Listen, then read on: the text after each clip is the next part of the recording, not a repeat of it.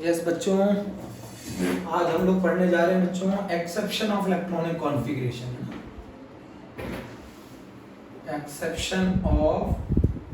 Exception किसके case में? Electronic configuration. दो मेन है 11th क्लास के लिए, दो मेन एक्सेप्शन है। बाकी तो हम लोग आगे आगे जैसे चैप्टर पढ़ेंगे। आप एक देखो, एक्सेप्शन के पीछे दो रीजन है। एक चीज तो पहला कंसेप्ट सिखाता हूं, half filled and fully filled are more stable. Half filled and fully filled are more stable due to symmetry. Symmetry का मतलब मालूम है सभी एक जैसे? Symmetry की वजह से half filled और fully filled ज्यादा स्टेबल होता है। अगर हम बात करें D में, तो D में हाफ फील्ड कितना होता है? D5। डी में फुली फील्ड कितना होता है? D10। इनकी स्टेबिलिटी बाकी कॉन्फ़िगरेशन से ज्यादा होती है। उसके पीछे एक रीजन तो है सिमेट्री, एक और रीजन है, और वो रीजन है एक्सचेंज ऑफ एनर्जी। एक और रीजन है एक्सचेंज एनर्जी के बेसिस पे। एक और रीजन है half filled and fully filled are more stable due to symmetry. एक रीजन और है एक्सचेंज एनर्जी। अब ये एक्सचेंज एनर्जी क्या है बच्चों? एक्सचेंज एनर्जी का मतलब होता है सेम स्पिन के इलेक्ट्रॉन अपनी पोजीशंस को इंटरचेंज कर सकते हैं। अपनी पोजीशन को इंटरचेंज कर सकते हैं। ऐसा करने के लिए ना कुछ वर्क करना पड़ेगा, और वर्क करेंगे तो कुछ एनर्जी रिलीज करेगी। भाई ऐसा करने के लिए सेम स्पिन के इलेक्ट्रॉन अपनी पोजीशन को इंटरचेंज कर सकते हैं। जब वो ऐसा करेंगे तो एनर्जी क्या करेगी? रिलीज करेगी। जब वो ऐसा करेंगे तो एनर्जी रिलीज करेगी, और जितनी एनर्जी रिलीज करेगी उतनी स्टेबिलिटी ज्यादा होगी,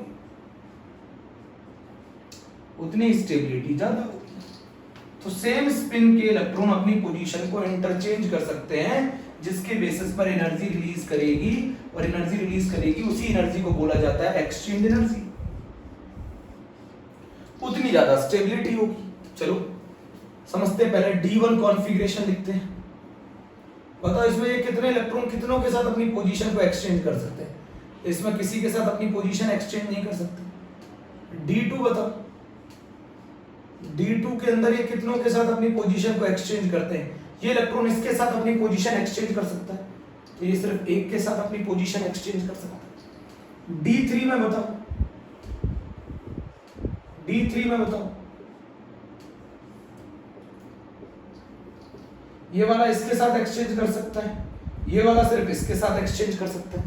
बच्चों पहला वाला दो के साथ एक्सचेंज कर सकता है, दूसरा वाला एक के साथ। अरे भाई ये तो इससे पहले एक्सचेंज कर चुका। ये वाले के पास इन दोनों से एक्सचेंज कर सकता है ये अपनी पोजीशन। ये वाला सिर्फ इसके साथ कर सकता है, इसके साथ तो ऑलरेडी पहले से कर चुका। इसके साथ तो ऑलरेडी पहले से कर चुका, तो ये कितनों के साथ अपनी पोजीशन एक्सचेंज कर सकता है? 3 के साथ, है ना। D4 बताओ, D4 1 2 3 4। D4 कितनों के साथ? ये वाला पहला वाला कितनों के साथ अपनी पोजीशन एक्सचेंज कर सकता है? 3 के साथ। दूसरा वाला अपना 2 के साथ। बहुत सारे बच्चे क्वेश्चन पूछते हैं, सर ये इसके साथ भी तो कर सकता था। अरे भाई ये तो पहले से नोट कर चुका ना पहले से। अरे भाई इसने इसके साथ एक्सचेंज कर ली, इसके साथ कर ली, इसके साथ, तो इसके साथ ऑलरेडी इसकी एक्सचेंज हो चुकी है। तो अब ये कितनों से कर सकता है अपनी एक्सचेंज? 2 से। और ये वाला कितनों के साथ कर सकता है अपना? 1 से। टोटल कितने एक्सचेंजेस होंगे? 6। जितने ज्यादा एक्सचेंज होंगे उतनी जितनी पोजीशन एक्सचेंज होगी उतनी ज्यादा एनर्जी रिलीज करेगी। जितनी ज्यादा एनर्जी रिलीज करेगी उतनी ज्यादा स्टेबिलिटी होगी। अच्छा D5 में बताओ, एनसीईआरटी में D4 और D5 का कंपैरिजन दे रखा है। 1 2 3 4 और ये 5, एक बॉक्स ज्यादा बना दिया। अच्छा ये बताओ पहला वाला कितनों के साथ अपनी पोजीशन एक्सचेंज कर सकता है? 4 के साथ। दूसरा वाला कितनों के साथ एक्सचेंज कर सकता है? अरे भैया इसके साथ तो ऑलरेडी एक्सचेंज कर चुका ना। ये करे बात तो एक ही है ना। 3 के साथ। थर्ड वाला कितनों के साथ एक्सचेंज करेगा? 2 के साथ। लास्ट वाला 1 के साथ। टोटल कितने एक्सचेंजेस आएंगे? 10। तो अगर मैं यहां पर एक पॉइंट लिखूं कि D4 के कंपैरिजन में D4 के कंपैरिजन में D5 मोर स्टेबल है। D5 मोर स्टेबल है। क्यों ज्यादा स्टेबल है? Due to more exchange of energy, due to more exchange of energy, due to more exchange of energy. और जितनी ज्यादा एनर्जी एक्सचेंज होगी उतनी ज्यादा स्टेबिलिटी होगी।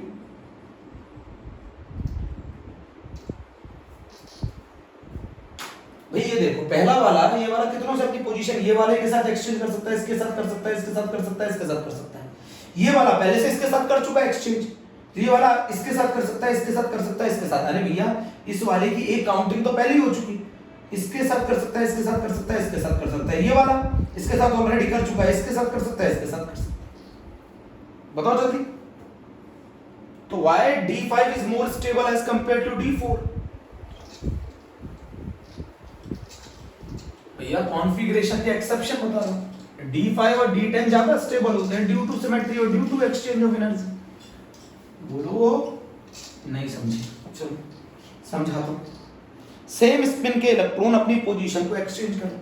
फिर से सीखो एनसीईआरटी का D4 में भर दिया D4। होम्स रूल कहता है ना जब तक पेयरिंग नहीं कर सकते जब तक आप सभी को सिंगली फिल्ड ना कर दें। 4 भर दिए। अच्छा बताओ कौन कौन किस किस के साथ पोजीशन एक्सचेंज कर सकता है, जरा बताओ। D4 कितनों के साथ अपनी पोजीशन एक्सचेंज? ये वाला पहला वाला इसके साथ, इसके साथ, इसके साथ। तो इसने इसके साथ कर चुका ना पोजीशन एक्सचेंज। ये करे या ये करे? बहुत सारे बच्चे पूछते हैं सर पीछे वाले के साथ क्यों नहीं कर सकता? कर तो चुका पहले से। इस वाले ने जब इसके साथ अपनी पोजीशन एक्सचेंज कर ली तो इसने भी तो इसके साथ कर ली, तो ये तो पहले काउंटिंग में हो गया। तो ये वाला कितनों के साथ एक्सचेंज कर सकता है? 2 के साथ। और ये वाला कितनों के साथ एक्सचेंज कर सकता है? जो लास्ट वाला है, जो लास्ट वाला है वो कितनों के साथ एक्सचेंज कर सकता है? ये वाला, ये इसके साथ। तो टोटल एक्सचेंजेस कितने आएंगे? टोटल एक्सचेंजेस बताओ। 3 + 2 + 1 टोटल एक्सचेंजेस आएंगे 6। D4 में टोटल एक्सचेंजेस 6 आएंगे। D5 में टोटल एक्सचेंजेस कितने आएंगे? 1 2 3 4 5। अच्छा पहला वाला कितनों के साथ अपनी पोजीशन एक्सचेंज कर सकता है? 4 के साथ। दूसरा वाला कितनों के साथ अपनी पोजीशन एक्सचेंज कर सकता है? 3 के साथ। तीसरा वाला अपना कितनों के साथ अपनी पोजीशन एक्सचेंज कर सकता है? 2 के साथ। लास्ट वाला अपनी कितनों के साथ पोजीशन एक्सचेंज कर सकता है? ये वाला कितनों के साथ अपनी पोजीशन एक्सचेंज कर सकता है? 1 के साथ। टोटल एक्सचेंजेस 10 आएंगे। तो कौन ज्यादा स्टेबल हो? That's why D5 is more stable than D4, क्योंकि उसमें टोटल एक्सचेंजेस ज्यादा हैं। टोटल एक्सचेंजेस ज्यादा है तो एक्सचेंज एनर्जी ज्यादा है। तो D5 की जो एक्सचेंज एनर्जी है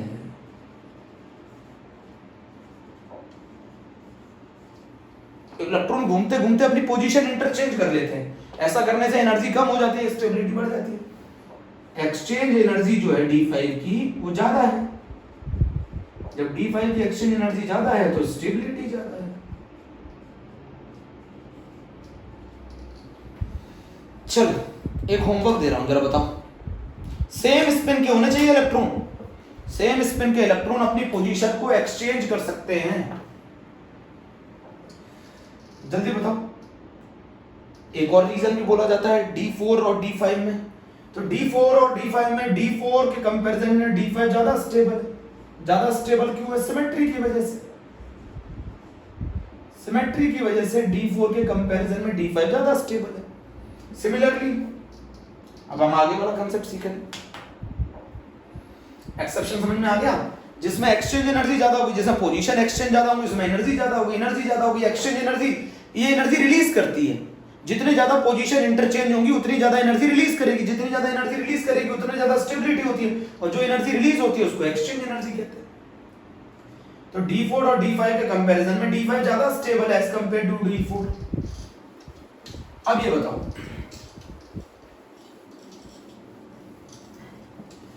अब जरा मुझे बताना बहुत ध्यान से, जो क्रोमियम होता है उसका कॉन्फ़िगरेशन क्या होना चाहिए था? 24। आर्गन भर दिया, 18, फिर 4s2 20 और 3d4 ये होना चाहिए था, बट ये नहीं होता। ये नहीं होता है क्यों? अभी तो सिखाया है। D5 is more stable then D4। तो इसका कॉन्फ़िगरेशन ये होना चाहिए था क्रोमियम का 24 का। अगर ये एक्सेप्शन नहीं होता तो ये कॉन्फ़िगरेशन होता, बट क्रोमियम 24 एक्सेप्शन है, तो इसका कॉन्फ़िगरेशन होता है आर्गन 3d। 4s में 1 इलेक्ट्रॉन होता है, 3d में 5 इलेक्ट्रॉन होता है। समझ गए होंगे 5 क्यों हुए? क्योंकि d5 is more stable as compare to d4। ऐसा क्यों होता है? क्योंकि d5 में मोर एक्सचेंज एनर्जी, जितनी ज्यादा एक्सचेंज एनर्जी होगी, मोर एक्सचेंज एनर्जी, जितनी ज्यादा एक्सचेंज एनर्जी होगी उतनी स्टेबिलिटी ज्यादा होगी। और ये भी लिख सकते हैं सिमेट्री की वजह से।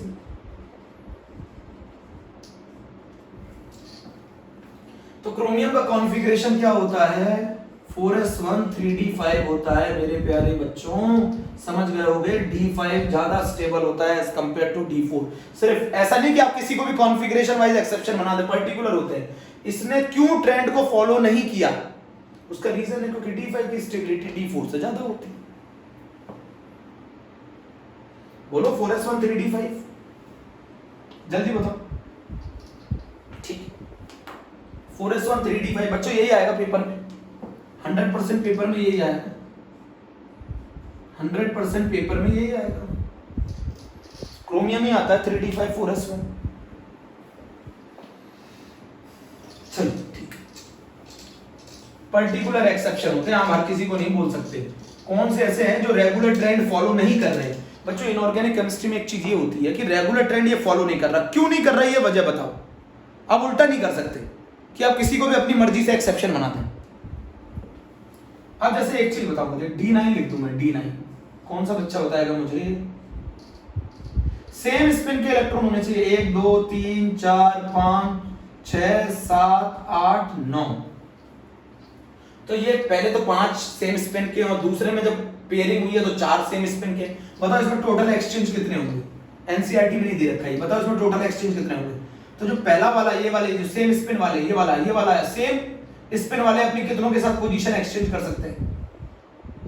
सेम स्पिन वाले कितने के साथ अपनी पोजीशन एक्सचेंज कर सकते हैं? आपने अभी पढ़ा था 10 के साथ। अरे ये 5 ये वाला ना जो सेम स्पिन के, अरे भैया ऐसे समझो ना, ये 5 तो ये वाली स्पिन के हैं, समझो ऐसे, ये 5 तो ये स्पिन के हैं और 4 ये स्पिन के हैं, समझो ऐसे समझो, दोनों को तोड़ लिया, 4 ये सेम स्पिन के, तो 5 ये सेम स्पिन के और 4 ये सेम स्पिन के। जरा बताओ टोटल एक्सचेंजेस कितने होंगे? मेरे हिसाब से तो टोटल एक्सचेंजेस 16 होंगे। आप चेक कर लो, ये पहला 5 वाला पहला कितनों से अपनी पोजीशन एक्सचेंज कर सकता है? इसमें 4 से, दूसरा वाला 3 से, तीसरा वाला 2 से और लास्ट वाला 1 से, तो टोटल एक्सचेंजेस 10। इसमें पहला वाला कितने से? 3 से, दूसरा वाला 2 से 1, तो ये 6, तो 10 और 6 टोटल एक्सचेंजेस कितने हो जाएंगे? 16। तो D9 के अंदर टोटल एक्सचेंजेस कितने होंगे? D9 में टोटल एक्सचेंजेस होंगे 16। D9 में टोटल एक्सचेंजेस 16 होंगे। बट मैंने इसको तोड़ के दिखा दिया आपको। D9 में टोटल एक्सचेंजेस 16 होंगे। अच्छा D10 में बताओ, D10 में बताओ,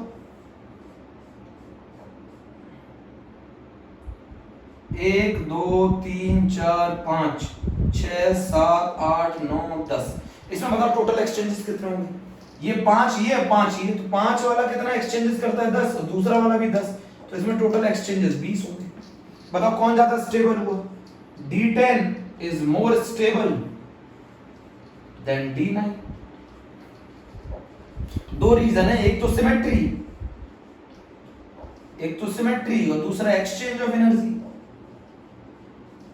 जब वो पोजीशन इंटरचेंज करेंगे, ऐसा करने में वो अपनी एनर्जी रिलीज करेंगे तो स्टेबिलिटी ज्यादा होगी। तो D9 के कंपैरिजन में D10 ज्यादा स्टेबल है, तो उसमें सिमेट्री है, और दूसरा कि उसके अंदर टोटल एक्सचेंजेस ज्यादा हैं। तो कॉपर का जो कॉन्फ़िगरेशन हुआ, what is the atomic number of copper? 29। Argon भर दिया, कितने भर गए? 18। उसके बाद आता है 4s2 3d9। 4s2 3d9। अगर कॉपर एक्सेप्शन नहीं होता तो ये कॉन्फ़िगरेशन होता, बट कॉपर तो एक्सेप्शन होता है। तो कॉपर का कॉन्फ़िगरेशन क्या होता है बताओ? Argon 4s1 3d10। ऐसा क्यों है? Fully filled is more stable.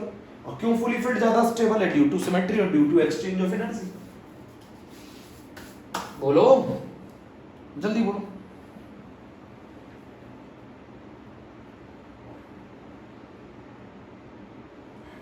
Rough कर दूं?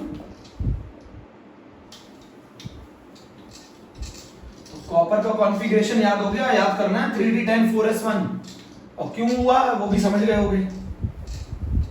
अच्छा अब हम फिर से आते हैं कॉन्फ़िगरेशन पे, मैं ट्रिक बता दूं पहले, फिर आते हैं हम लोग, अब हम कॉन्फ़िगरेशन पे आते हैं। 21 है ना, तो साइंस टीचर वेरी क्रूअल मांगे फीस कोई नहीं कुछ जानता। This is 21, this is 22, this is 23, this is exception 24, this is 25, this is 26, this is 27, this is 28, this is 29 exception, this is 30।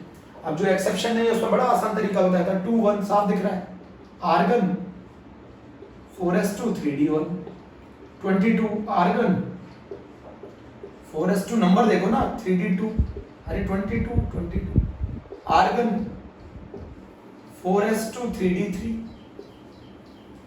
Argon 4s2 3d1, argon 4s2 3d2, argon 4s2 3d3। अगला ये exception है, याद करो अभी, argon ये follow नहीं करता, argon 4s1 3d5, ये एक्सेप्शन नहीं है, बड़ा आसान है, नंबर देखो 25, आर्गन 4s2 3d5, इसमें ये एक्सेप्शन नहीं है, आर्गन 4s2 3d6, ये एक्सेप्शन नहीं है, आर्गन 4s2 3d7, ये एक्सेप्शन नहीं है, आर्गन 4s2 3d8, ये एक्सेप्शन नहीं है, आर्गन 4s2 3d10, ये एक्सेप्शन है, आर्गन आपको याद करना पड़ेगा 4s1। तो ये हमने कॉन्फ़िगरेशन कर लिया, scandium titanium vanadium chromium manganese iron cobalt nickel copper zinc. जरा नोट करो बच्चों, अरे सेम स्पिन के इलेक्ट्रॉन अगर अपनी पोजीशन को एक्सचेंज करेंगे तो ऐसा करने पे एनर्जी रिलीज करती है, उस एनर्जी को एक्सचेंज एनर्जी कहते हैं, और अगर एक्सचेंज एनर्जी कहते हैं तो उससे स्टेबिलिटी बढ़ती है। चलो ठीक है, अभी मैं आपको एक और तरीका सिखा रहा हूं,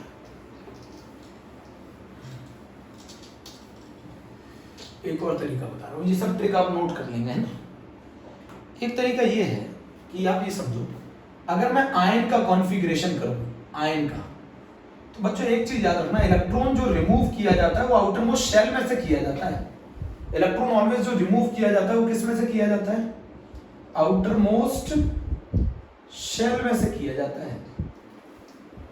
शेल जानते हैं ना, जो नंबर लिखा होता है, ये 4s का मतलब ये फोर्थ शेल है। इलेक्ट्रॉन ये बताओ कौन बाहर होगा, थर्ड बाहर होगा कि फोर्थ बाहर होगा? एनर्जी वाइज नहीं बात कर रहा हूं। मान लो अगर ये न्यूक्लियस है, ये फर्स्ट शेल है, ये सेकंड शेल है, ये थर्ड शेल है, तो फोर्थ शेल बाहर होगी ना। तो इलेक्ट्रॉन ऑलवेज किस में से रिमूव किया जाता है? आउटर मोस्ट शेल में से। जल्दी बोल।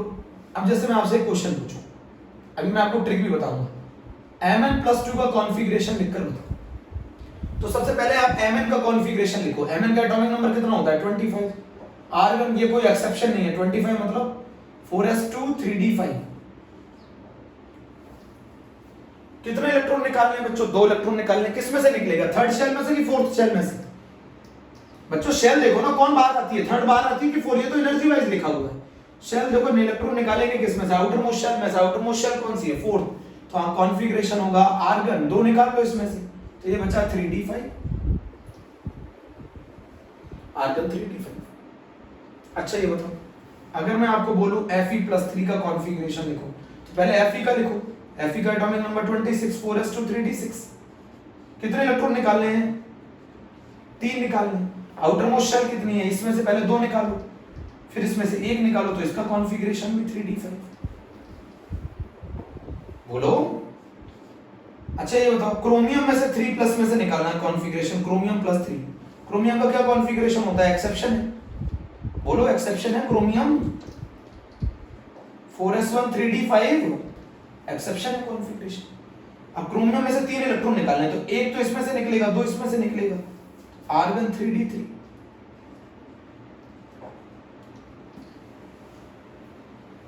Electron always outer most shell में से निकाले जाते हैं। अरे भैया शेल कौन सी? ये नंबर बताता है शेल। फोर्थ शेल में से निकाला जाएगा, इसमें भी फोर्थ शेल में से निकाला जाएगा, इसमें भी आउटर मोस्ट शेल, तो यही होगी ना। Electron always outer most shell में से निकाला जाता है। आयन इलेक्ट्रॉन के remove always outer most shell से। अच्छा अब इनकी ट्रिक सिखा दो, इसकी एक ट्रिक सिखा दो,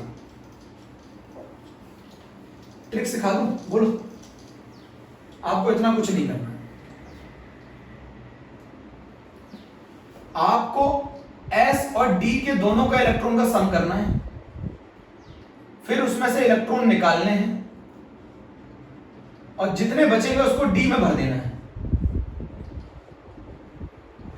आपको S और D का इलेक्ट्रॉन का सम करना है टोटल, उस सम में से जितने इलेक्ट्रॉन निकालने हैं निकाल लो और बाकी बचे किसमें भर दो, रिमेनिंग किसमें भर दो, D में भर दो। बड़ा आसान है। आप बोलोगे ये कैसी ट्रिक है, जरा समझाओ। जैसे मान लो अगर आपको Mn+2 का कॉन्फ़िगरेशन लिखना है तो Mn का लिख लो कॉन्फ़िगरेशन, आर्गन 4s2 3d5, कितने इलेक्ट्रॉन हो गए दोनों का सम, 5 + 2 7, 7 में से कितने निकाल दिए, 2, कितने बचे 5, D में भर दो, आर्गन 3d5। अरे भैया S और D के इलेक्ट्रॉन का सम करो, जितने इलेक्ट्रॉन निकालने हैं उसमें से माइनस करो, जितने बचेंगे उसे D में भर दो। मान लो अगर मैं आपसे ऐसे पूछ लूं Fe+3, तो आप आयरन का कॉन्फ़िगरेशन जानते हैं, आयरन का कॉन्फ़िगरेशन होता है 4s2 3d6, तो 2 + 6 8 - 3 5 भर दो, तो ये कॉन्फ़िगरेशन हो जाएगा इसका 3d5। अच्छा मान लो आपने क्रोमियम का पूछा, क्रोमियम +3 का, तो आप आर्गन, इसका कॉन्फ़िगरेशन तो आप जानते हो 4s1 एक्सेप्शन है 3d5, टोटल कितना हो गया सम 6 में से 3 माइनस करो 3, तो किसमें भर दो, D में, तो ये कॉन्फ़िगरेशन हो गया आर्गन 3d3।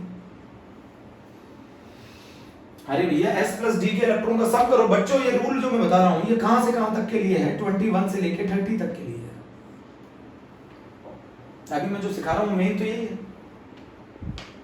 मेन तो यही है।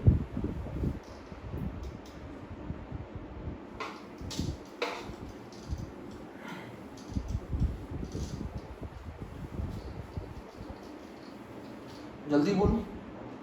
अच्छा मुझे जरा बताओ, cobalt +3, cobalt atomic number is 27, सम कर दो दोनों का सम करोगे कितना आ गया, यही तो नंबर का सम होता है 2 और 7, 9 में से 3 माइनस कर दो 6, कॉन्फ़िगरेशन हो गया आर्गन 3d6। अरे मैंने याद करो 27 को सिखाया था ना, 4s में 2 और D में 7।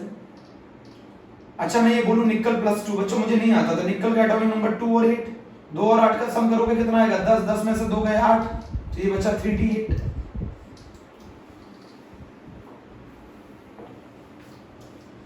कॉपर, अच्छा मान लो जिंक +2 पूछो, जिंक का एटॉमिक नंबर कितना है 30, इसका क्या कॉन्फ़िगरेशन होता है 4s2 3d10, 10 + 2 12, 12 - 2 10, तो इसका कॉन्फ़िगरेशन हो जाएगा 3d10 आ गया।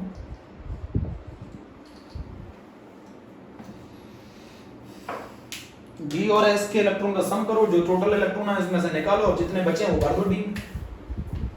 इस तरीके से हम लोग 21 से 30 तक का कॉन्फ़िगरेशन आयंस का लिखते हैं। जनरली यही इन्हीं का आयन का कॉन्फ़िगरेशन पूछा जाता है, जनरली इन्हीं का आयन का कॉन्फ़िगरेशन पूछा जाता है, ठीक है। अब जरा मुझे अनपेयर्ड इलेक्ट्रॉन बताओ आयंस में, अब मुझे आयंस में अनपेयर्ड इलेक्ट्रॉन बताओ। चलो जैसे ये क्वेश्चन आ गया, क्वेश्चन आ गया आर्गन आपका क्रोमियम के अंदर, क्रोमियम +3 में अनपेयर्ड इलेक्ट्रॉन बताओ, मैग्नीज +2 में अनपेयर्ड इलेक्ट्रॉन बताओ, ठीक है। कोबाल्ट +3 में अनपेयर्ड इलेक्ट्रॉन बताओ। तो क्रोमियम का क्या कॉन्फ़िगरेशन होता है, क्रोमियम जानते हो एटॉमिक नंबर 2 4, क्या कॉन्फ़िगरेशन होता है 4s1 3d5, टोटल इलेक्ट्रॉन का सम करो 6 में से 3 माइनस किए 3, तो इसका कॉन्फ़िगरेशन होगा क्रोमियम +3 का आर्गन 3d3। अब 3d3 में 3 इलेक्ट्रॉन भर लो, 1 2 और ये 3, how many unpaired 3 unpaired, 3 unpaired electron. Mn+2, अब जरा ये बताओ मुझे Mn+2, Mn का एटॉमिक नंबर 25, कॉन्फ़िगरेशन बोलो 4s2 3d5, कितने इलेक्ट्रॉन का सम आ गया 7, 7 में से 2 निकालो 5, किसमें भर दो D में, आर्गन 3d5। 5 भर दिया, अभी 5 को ऐसे ऑर्बिटल में भर दो। 1 2 3 4 5, how many unpaired? How many unpaired? 5 unpaired. Cobalt +3, cobalt का एटॉमिक नंबर 27, कितना सम आएगा इलेक्ट्रॉन्स का? 2 + 7 9, 9 में से कितने माइनस करो? 3, कितने बचे? 6। तो कॉन्फ़िगरेशन होगा आर्गन 3d6।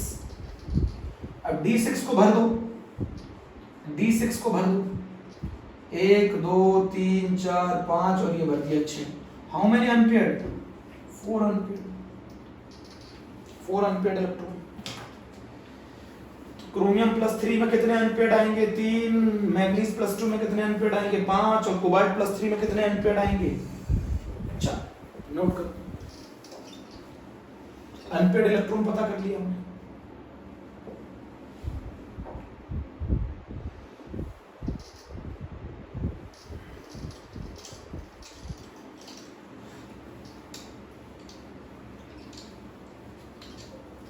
कौन कौन एक्सेप्शन है बताओ? 2 ही तो एक्सेप्शन है तुम्हारे इस 11th के सिलेबस में। One is chromium, atomic number 24 होना क्या चाहिए था? 4s2 3d4 होना चाहिए था, बट ये नहीं होता। होता क्या है?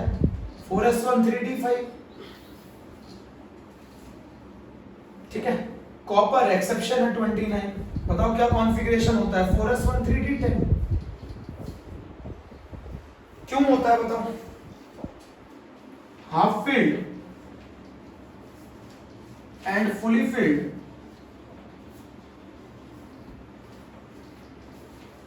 are more stable due to symmetry और exchange of energy। बोलो। और ड्यू टू और एक्सचेंज ऑफ एनर्जी भी हो सकता है, ड्यू टू एक्सचेंज एनर्जी। समझ में आया एक्सचेंज एनर्जी का कंसेप्ट? बोलो। नहीं आया समझ में? अच्छा जरा मुझे बताना, Fe+2 में कितने अनपेयर्ड इलेक्ट्रॉन होंगे? Fe का एटॉमिक नंबर 26, क्या कॉन्फ़िगरेशन होता है? Argon 4s2 3d6। ये कोई एक्सेप्शन नहीं है। अब जरा बताओ टोटल इलेक्ट्रॉन कितने होंगे? 6 + 2 8, 8 में से कितने माइनस कर दो? 2 बचे कितने? 6। तो कॉन्फ़िगरेशन हो गया 3d6। अब 3d6 को भरो जरा, 1 2 3 4 5 और 6, कितने अनपेयर्ड इलेक्ट्रॉन? 4 अनपेयर्ड।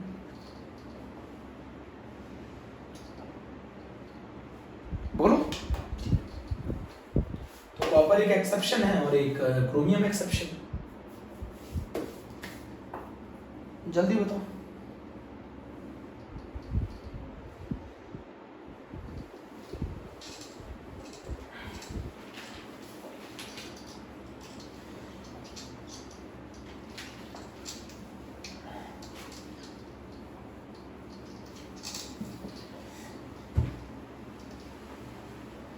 अब बच्चों हमारा एक टॉपिक आ गया है और वो आ गया शेप ऑफ ऑर्बिटल्स, है ना? Shape of orbitals. तो पहले मैं तुम्हें ये बता दूं, 3 तरीके। वैसे हम लोगों के कोर्स में जो शेप है, एस ऑर्बिटल की शेप स्फेरिकल है, पी ऑर्बिटल की शेप डंबल है, डी ऑर्बिटल की शेप डबल डंबल है। तो सबसे पहले से चालू करते हैं। बच्चों जो एस ऑर्बिटल होता है उसकी शेप स्फेरिकल होती है।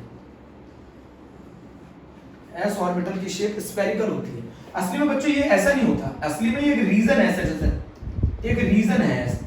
आप समझो मेरी बात को, ये एक रीजन है, ये एक रीजन है, स्फेरिकल रीजन है ऐसे, जहां इलेक्ट्रॉन के मिलने की प्रोबेबिलिटी है ना, मैक्सिमम। तो एस ऑर्बिटल में, एस ऑर्बिटल की शेप कैसी होती है बच्चों? स्फेरिकल होती है, स्फेरिकल होती है। जैसे फुटबॉल में अगर मुझे आप बताओ, फुटबॉल के अंदर अगर आप एयर भरो तो किस डायरेक्शन में इलेक्ट्रॉन के मिलने की संभावना 0 होगी? जैसे फुटबॉल में एयर भर दी आपने, तो मुझे बताओ किस डायरेक्शन में एयर के चांसेस 0 होंगे? स्फेरिकल शेप में कोई भी ऐसी जगह नहीं होती जहां पर इलेक्ट्रॉन के मिलने की प्रोबेबिलिटी 0 हो। बोलो, स्फेरिकल रीजन के अंदर कोई ऐसा प्लेन नहीं होता जहां पर इलेक्ट्रॉन के मिलने की प्रोबेबिलिटी जीरो हो। तो स्फेरिकल सरफेस में नो नोडल प्लेन।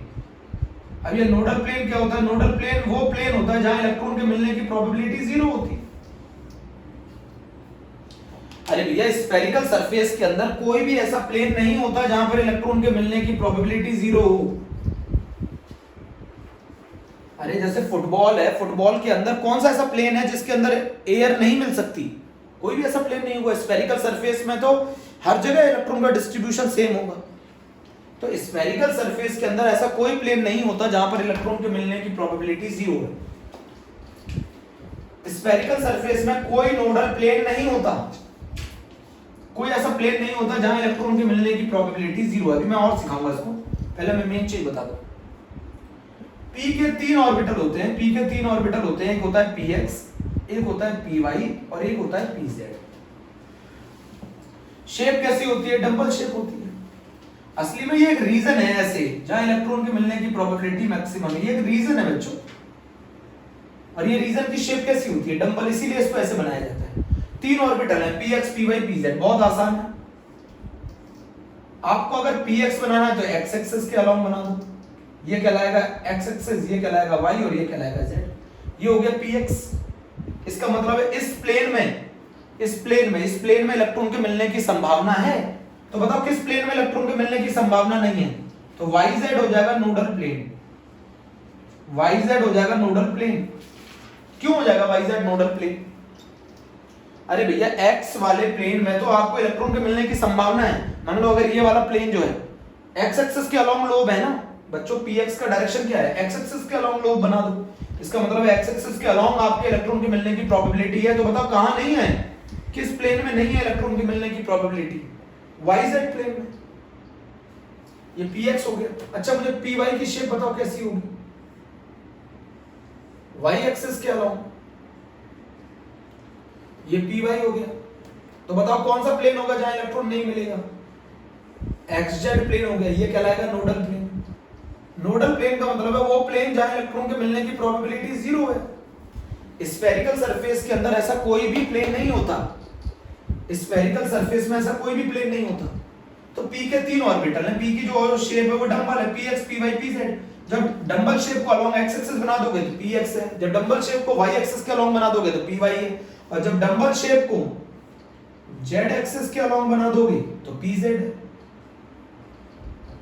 pz है। बताओ इसमें कौन सा ऐसा प्लेन होगा जहां इलेक्ट्रॉन नहीं मिलेगा? xy plane. तो py में xz नोडल प्लेन होता है, px में yz नोडल प्लेन होता है और pz में xy नोडल प्लेन होता है। नोडल प्लेन का मतलब है वो प्लेन जहां इलेक्ट्रॉन के मिलने की प्रोबेबिलिटी जीरो है। चलो फिर से सीखिए। अरे भैया, स्फेरिकल सरफेस में ऐसा कोई भी प्लेन नहीं होता जहां इलेक्ट्रॉन के मिलने की प्रोबेबिलिटी जीरो हो। स्फेरिकल सरफेस में कोई नोडल प्लेन नहीं होता। अरे भैया, स्फेरिकल सरफेस में क्या फुटबॉल के अंदर अगर एयर भर दूं फुटबॉल में तो क्या कोई ऐसा प्लेन होगा जहां इलेक्ट्रॉन के मिलने की प्रोबेबिलिटी जीरो हो? तो ये बताओ डंबल शेप कितनी, डंबल जो p के 3 ऑर्बिटल होते हैं आपको अच्छी तरह मालूम है। एक होता है px, एक होता है py और एक होता है pz। कितना आसान है बनाना, कितना आसान है। ये x एक्सिस लिख दो, ये y, ये z। यहां पे भी ऐसे लिख दो, ये x लिख दो, ये y लिख दो, ये z। यहां पे भी ऐसे लिख दो।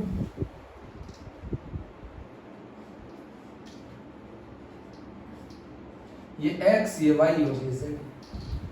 तो बताओ किस प्लेन में इलेक्ट्रॉन के मिलने की प्रोबेबिलिटी? px का कैसे डायग्राम बनेगा? x एक्सिस क्या है, इसमें कौन सा प्लेन होगा? yz, जहां इलेक्ट्रॉन नहीं मिलेगा। इलेक्ट्रॉन डेंसिटी किस प्लेन में मिल रही है? xy प्लेन में, xz प्लेन में। बट किस में नहीं मिलेगी बिल्कुल इलेक्ट्रॉन के मिलने की प्रोबेबिलिटी? yz। py का मतलब क्या है? इसमें ऐसा कौन सा प्लेन होगा जहां इलेक्ट्रॉन नहीं मिलेगा? xz। y एक्सिस को छोड़ के कौन सा प्लेन बचा? xz। इसमें कौन प्लेन में इलेक्ट्रॉन के मिलने की प्रोबेबिलिटी है? z वाले में। तो किसमें नहीं मिलेगा? xy। तो p के 3 ऑर्बिटल होते हैं, px py pz। इनके लिए मैग्नेटिक क्वांटम नंबर की वैल्यू होती है -101। इनके लिए मैग्नेटिक क्वांटम नंबर की वैल्यू होती है -101। तो तीन तरीके के p ऑर्बिटल होते हैं, px py pz, बहुत आसानी से बना लो। px py pz dumbbell shape होती है। तो ये बताओ कितने नोडल प्लेन होते हैं, कितने नोडल प्लेन होते हैं? ये नोडल प्लेन, अरे भैया इस प्लेन में इलेक्ट्रॉन के मिलने की प्रोबेबिलिटी 0 है। इस केस में ये वाला नोडल प्लेन है।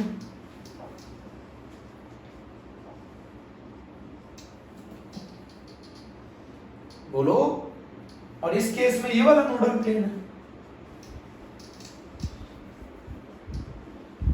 तो कौन सा ऐसा प्लेन होगा जहां इलेक्ट्रॉन के मिलने की प्रोबेबिलिटी 0 होगी? चलो ठीक है, पहले इतना नोट करो। स्फेरिकल सरफेस में ऐसा कोई प्लेन नहीं होता बच्चों। स्फेरिकल सरफेस में तो हर जगह मिलेगा, ऐसा कोई प्लेन है ही नहीं जहां इलेक्ट्रॉन के मिलने की प्रोबेबिलिटी 0। स्फेरिकल सरफेस में ऐसा कोई प्लेन है ही नहीं। तो अगर मैं आपसे बोलूं px बना के दिखाओ तो बना लोगे ना? ऐसे बनाना, x एक्सिस के अलोंग लूप बना देना, डंबल शेप बना देना x एक्सिस के अलोंग, ये बन गया x। कौन सा ऐसा प्लेन होगा जिसमें इलेक्ट्रॉन नहीं मिलेगा? yz। इस एक्सिस को छोड़ दो, जिस एक्सिस के अलोंग लूप है उसको छोड़ के जो भी प्लेन बनेगा वो बनेगा, उसमें इलेक्ट्रॉन नहीं मिलेंगे। py बना लोगे? py बना लोगे? इसमें कौन सा प्लेन होगा? xz, जिसमें कोई इलेक्ट्रॉन नहीं मिलेगा। pz बना लोगे?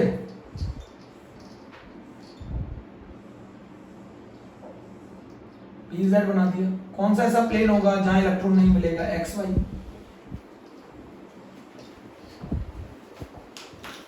तो बताओ p ऑर्बिटल में कितने नोडल प्लेन होते हैं? p ऑर्बिटल में एक नोडल प्लेन होता है बच्चों।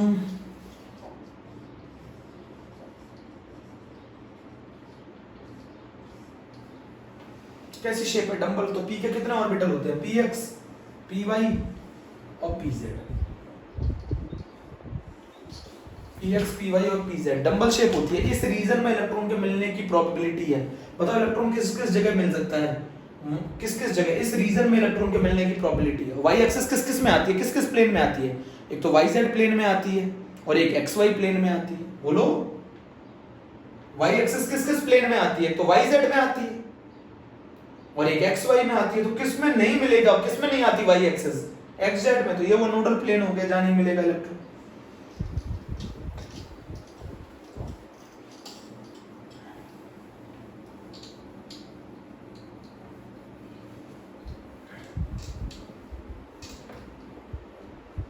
अब जरा मेरी बात समझो। d के जो 5 ऑर्बिटल होते हैं बच्चों, dxy, dyz, dzx, ये नॉन एक्सियल ऑर्बिटल है बच्चों। ये नॉन एक्सियल मतलब इनके लोब्स जो होंगे, डबल डंबल जो शेप होगी वो बिटवीन द एक्सिस होगी, एक्सिस पर नहीं मिलेगा। इलेक्ट्रॉन के मिलने के जो चांसेस हैं वो एक्सिस पर नहीं है, बिटवीन द एक्सिस है। और इसके दो ऑर्बिटल जो होते हैं वो dx² - y² एंड dz²। ये दोनों कैसे होते हैं? Axial orbital. कैसे ऑर्बिटल होते हैं? एक्सियल होते हैं। dx² - y² and dz²। पहले शेप बनाना सीख लो। तो ये बताओ dxy कैसे बनेगा? बहुत आसान है। 45 डिग्री पर इंक्लाइन कर दो, dxy। ये बन गया dxy। एक तो इस प्लेन में इलेक्ट्रॉन नहीं मिलेगा, एक इस प्लेन में इलेक्ट्रॉन नहीं मिलेगा। एक इस प्लेन में इलेक्ट्रॉन नहीं मिलेगा, एक इस प्लेन में इलेक्ट्रॉन नहीं मिलेगा। एक इस प्लेन में इलेक्ट्रॉन नहीं मिलेगा, एक इस प्लेन में इलेक्ट्रॉन नहीं मिलेगा। तो बताओ इसमें कितने नोडल प्लेन होंगे? इसमें नोडल प्लेन होंगे yz और xz। dxy पहले आप ये सीखो, dxy dyz करना हो तो बड़ा आसान, ये y बना लो, ये z बना लो।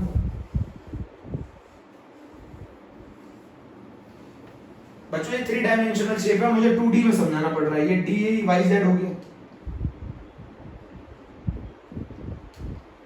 तो बताओ इस ये बाहर की तरफ जो एक्सिस होगी, तुम्हारी तरफ जो एक्सिस होगी वो कौन सी एक्सिस होगी?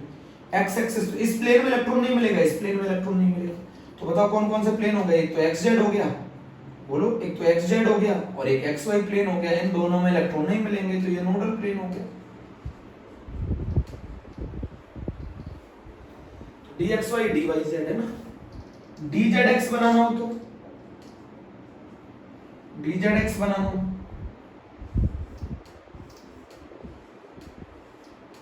dzx बन गया तो बहुत आसान है, कुछ नहीं करो, dxy बना लिया, dyz बना लिया, dzx बना लिया।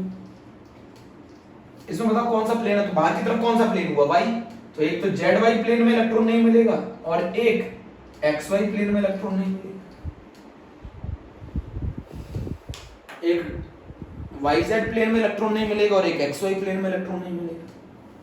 पहले d की ऑर्बिटल की शेप तो बनाना सीखो, नोडल प्लेन तो बाद में आ जाएगा, पहले ऑर्बिटल की शेप बनाना सीखो। अच्छा ये बताओ dxy बनाओगे कैसे बनाओगे, ये x और ये y, इसका मतलब है जो इलेक्ट्रॉन है वो बिटवीन द एक्सिस मिलेंगे, अलोंग द एक्सिस नहीं मिलेंगे। ये 45 डिग्री, ये बन गया dxy, dyz बनाओ, ये y और ये z, ये बन गया dyz, dzx बनाओ,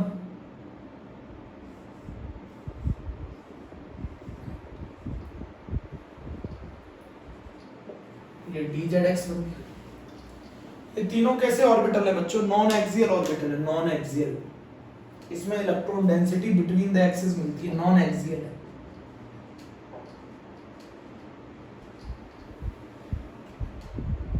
बोलो dxy dyz dzx non axial orbital है। अच्छा dx square minus y square की शेप कैसी बनेगी, बहुत आसान, एक्सिस के अलोंग, ये हो गया dxy, dx square minus y square की बच्चों ये शेप बनेगी।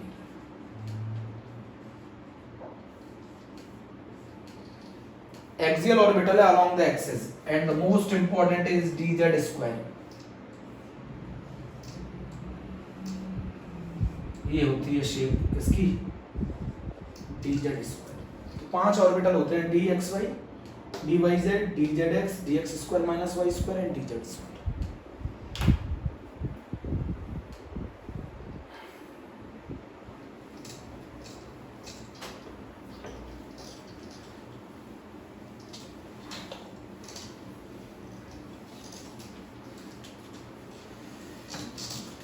ट्वेल्थ में भी आएंगी, 5 डी के 5 ऑर्बिटल होते हैं, डी के 5 ऑर्बिटल होते हैं, कौन कौन से होते हैं, dxy 5, dyz dzx dx square minus y square and dz square. इनको एक्सियल ऑर्बिटल बोलते हैं, इनको कैसे ऑर्बिटल बोलते हैं, एक्सियल। इन तीनों को बोलते हैं नॉन एक्सियल। डी ऑर्बिटल की शेप कैसी होती है, डबल डबल, एक्स वाई कैसे बना दोगे, ऐसे dxy बन गया, dyz कैसे बना दोगे, एक्सिस तो चेंज करनी है, शेप तो चेंज नहीं होगी, dzx कैसे बना दोगे,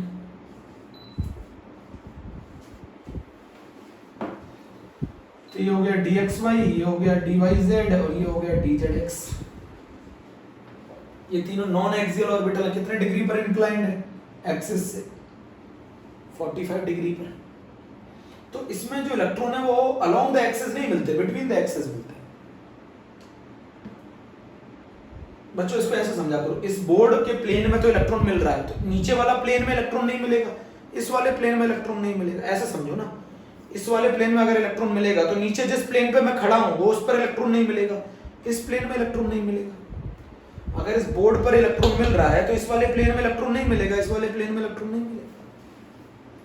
तो अगर बोर्ड वाला प्लेन xy है तो नीचे वाला प्लेन xz है, ये वाला प्लेन yz है। अगर बोर्ड वाला प्लेन xy है तो नीचे वाला प्लेन xz है और ये वाला प्लेन yz। तो dxy में कौन कौन से प्लेन ऐसे हैं, yz और xz, जिसमें इलेक्ट्रॉन नहीं मिलेगा। अरे इसको छोड़ के बाकी दोनों प्लेन yz में कौन से ऐसे प्लेन होंगे, xy और कौन सा होगा एक xz। dzx में कौन होंगे, xy yz। तो d ऑर्बिटल, इन 3 d ऑर्बिटल में कितने नोडल प्लेन होते हैं बच्चों, दो नोडल प्लेन होते हैं, दो नोडल प्लेन होते हैं। अरे पहले शेप बनाना सीख लो, वो बहुत है। dx square minus y square axial orbital है अलोंग द एक्सिस, इलेक्ट्रॉन के मिलने की प्रोबेबिलिटी कहाँ ज्यादा होगी? Along the axis. इसको बोला जाता है dx² - y² axial orbital. dz² की शेप थोड़ी सी अलग है, डेफिनेट बोलते हैं dz²। तो ये 5 ऑर्बिटल होते हैं, ये 3 नॉन एक्सियल ऑर्बिटल होते हैं, ये 2 एक्सियल ऑर्बिटल होते हैं। आईआईटी ने पूछा एक बार डी के बताओ कौन से ऑर्बिटल एक्सियल होते हैं, बहुत आसान सा question, dx² - y² and dz²। 5 D के ऑर्बिटल हो गए, 5 डी के ऑर्बिटल हो गए। अरे भैया अगर इस बोर्ड के प्लेन में इलेक्ट्रॉन मिलेगा तो किस प्लेन में इलेक्ट्रॉन नहीं मिलेगा? अगर इस प्लेन पर इलेक्ट्रॉन मिलेगा तो इस प्लेन में इलेक्ट्रॉन नहीं मिलेगा। हाँ बोलो, अगर इस प्लेन में इलेक्ट्रॉन मिलेगा तो जिस प्लेन पर मैं खड़ा हूं उसमें नहीं मिलेगा, और इस वाले प्लेन में भी इलेक्ट्रॉन नहीं मिलेगा। तो एक तो ये नोडल प्लेन हो गया, एक ये नोडल प्लेन हो गया। समझ रहे कि नहीं समझे? अगर मैं p ऑर्बिटल की बात करूं तो p ऑर्बिटल की विषय, तो p के कितने ऑर्बिटल होते हैं? सबसे आसान तो p के ऑर्बिटल है, px py pz। Along x axis बना दो, ऐसे बना दो, अलोंग x एक्सिस बना दो, ये y ये z और ये x, तो ये px हो जाएगा। py बना दो, ये py हो जाएगा। pz बना दो, ये pz हो जाएगा। तो ये px हो गया, ये py हो गया और ये pz हो गया।